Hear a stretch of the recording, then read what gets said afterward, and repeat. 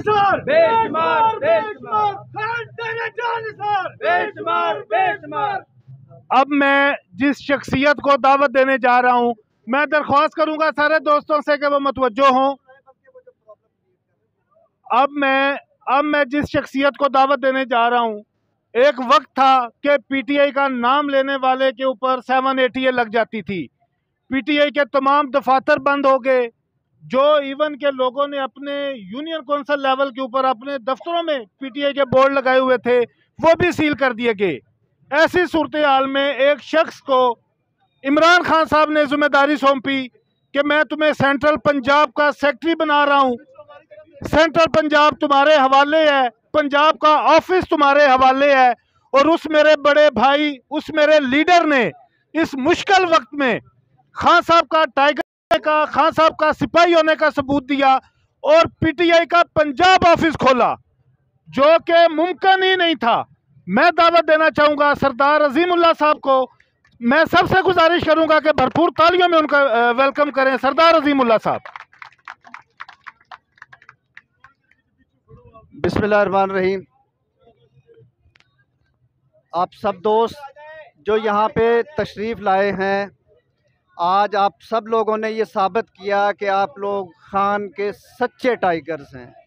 और मैं अफजाल अजीम पहाड़ साहब को भी मुबारकबाद देता हूँ कि जिस जुर्रत के साथ और जिस बहादुरी के साथ उन्होंने रियासती जबर का मुकाबला किया है, उन्होंने अपने ख़ानदान की रिवायत को ज़िंदा रखा है। ये बहुत बड़ी बात है।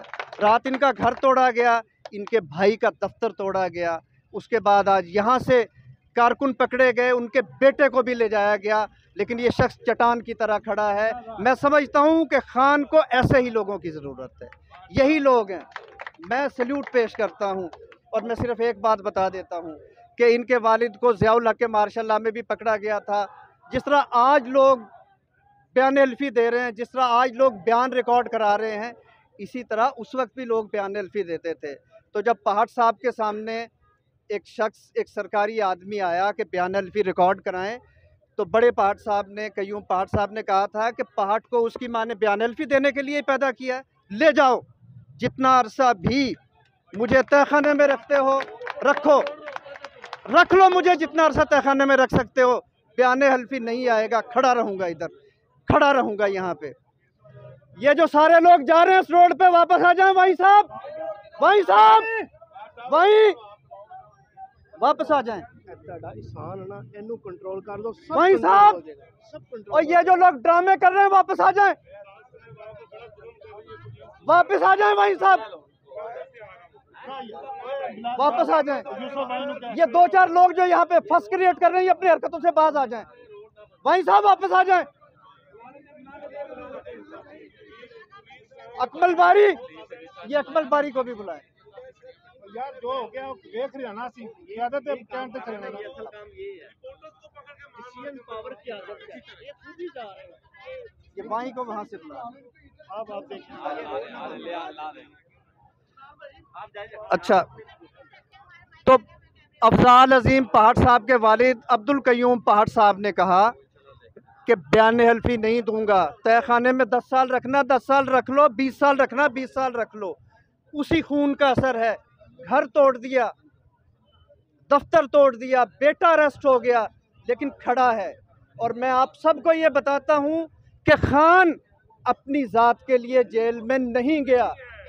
हम सब जानते हैं, अगर हमें ये यकीन ना होता तो कोई आदमी यहाँ ना आता।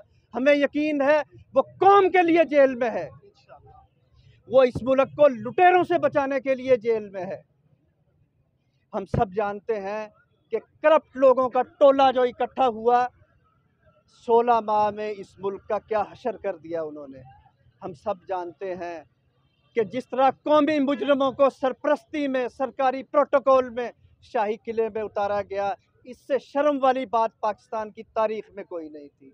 हम सब जानते हैं कि एक ऐसा आदमी जो ये कहता था कि मेरे मुल्क में अब कानून वो होगा, ख्वाहिश उसकी चलेगी जो मेरे मुल्क के अवाम कहेंगे। अमेरिका को कहा absolutely not, you have no power to interfere in my country. आज सारे गद्दारों ने, सारे चोरों ने मैं कहता हूं कि पाकिस्तान के सारे दुश्मन इकट्ठे हो गए हैं और उसको जेल में डाल दिया है, लेकिन वो हमारे लिए गया है, हम खड़े हैं। और आप सबसे भी मैं ये कहता हूं कि हमने वादा किया था कि पाकिस्तान के कॉन्स्टिट्यूशन के लिए, पाकिस्तान की डेमोक्रेसी के लिए खान के साथ खड़े होंगे।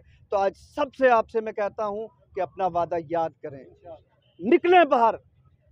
हम तोड़ फोड़ की सियासत पे यकीन नहीं रखते, लेकिन हम इन चोरों को, इस मुल्क को लूटने भी नहीं देंगे। कौन कह सकता है कि वो मुल्क जिसका जीडीपी 6% था आज 0 पे है, वो मुल्क जिसमें पेट्रोल 140 रुपए था कोरोना की वबा के बावजूद आज 300 प्लस है पेट्रोल, कौन कह सकता था कि इस मुल्क में डैम्स बनाने के लिए दोबारा से काम स्टार्ट करने वाला, बिलियन ट्री सुनामी लाने वाला, एहसास प्रोग्राम पैदा करने वाला और सबसे बढ़ के हेल्थ कार्ड देने वाला आदमी, और वो हालात थे जब कोरोना था, पूरी दुनिया की इकोनॉमी डाउन का शिकार थी, इसके बावजूद उसने ये काम किए। आज तो उसने एक प्लेटफॉर्म बना दिया था इस मुल्क को अपलिफ्ट करने का। जब हमारे मुल्क के दुश्मनों ने देखा कि इस मुल्क को अब राइट डायरेक्शन में लेकर जाया जा रहा है, तो उस लीडर को पकड़ लिया गया। मैं आखिर में सिर्फ यही कहूँगा कि हम बिल्कुल डट के खड़े हैं, और इसलिए खड़े हैं कि इमरान खान पाकिस्तान के साथ है। जिस दिन हमें लगेगा कि उसका कोई ज़ाती एजेंडा, हम साथ नहीं होंगे। लेकिन चूंकि पाकिस्तान में आपको बता दूं, हम सब के बुजुर्गों ने कुर्बानियां दी, हम सब जो यहाँ पे खड़े हुए हैं, हम सब के ख़ानदानों में से कोई ना कोई शहीद हुआ। इससे आगे बहिरा अरब है, इससे आगे समंदर है। ये करप्ट आदमी लूट के कोई बेल्जियम चला जाता है, कोई ऑस्ट्रेलिया चला जाता है, कोई अमेरिका चला जाता है, कोई कनाडा चला जाता है, कोई लंदन चले जाता है। लेकिन मैंने आपने इस मुल्क में मरना है, मैंने आपने इस मुल्क में रहना है, हमारी औलादें यहाँ पे रहेंगी। हमें इस मुल्क की खातिर, आने वाली नस्लों की खातिर इमरान खान का साथ देना है। और आज जो काना में किया गया है, इजाज़त के बावजूद मैं डिप्टी कमिश्नर से सवाल करता हूँ कि अगर शर्म हो थोड़ी सी तो मुस्तफ़ी हो जाए, अगर थोड़ी सी भी गैरत हो तो अभी इस्तीफा दे। अभी अभी सैयदजादी है ना, सैयदों का नाम ना डुबोए, अभी मुस्तफ़ी हो। जब तुम्हारी परमिशन के बावजूद पंजाब पुलिस के गुल्लू भट्टों ने ये किया है, मीडिया के लोगों को मारा गया है। नया पाकिस्तान के वो लड़के को कल परसों भी वहाँ मारा था, आज भी वहाँ पे पकड़ा है नामालूम लोगों ने। मीडिया के लोगों को मारा गया, दिखाने नहीं दे रहे, प्रिजन वैन्स को दिखाने नहीं दे रहे, गाड़ियों को दिखाने नहीं दे रहे। और किस किस्म का पाकिस्तान चाहते हो तुम लोग? हालात तो फिर में मोदी ने किए हैं, ये हालात तो गजा में इसराइल ने किए हैं। ये पाकिस्तान है, ये इस्लामी जमहूरिया पाकिस्तान है, इसे इस्लामी जमहूरिया पाकिस्तान रहने दो। और आखिर में मैं सिर्फ ये कहूँगा कि ये जो ड्रामे रचाए हुए हैं प्रेस कॉन्फ्रेंसिस के, हम सिर्फ एक बात जानते हैं और वो है खान की बात। खान ने कहा था कि इस मुल्क को अफ़गानिस्तान, यमन, शाम, लेबनान, फ़लस्तीन बनाने से अगर एक ही ताकत है जो रोक सकती है, वो इस मुल्क की आर्मी।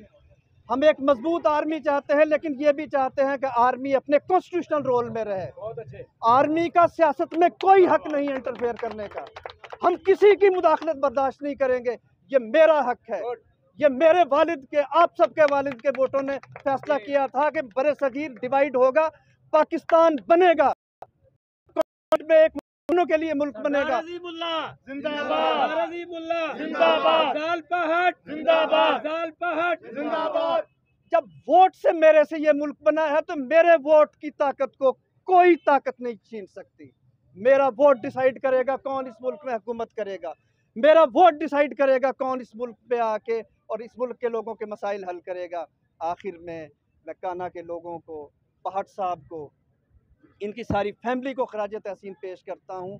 सेक्रेटरी जनरल साहब मुझसे मुसलसल राब्ते में हैं, हमारे प्रेसिडेंट साहब मुझसे मुसलसल राब्ते में हैं, और उन्होंने कहा कि जिस तरह बहादुरी से पहाड़ साहब ने इस स्टेट टेरर को बर्दाश्त किया है, मैं आप सबको और उनको अप्रिशिएट करूं। आपका बहुत शुक्रिया।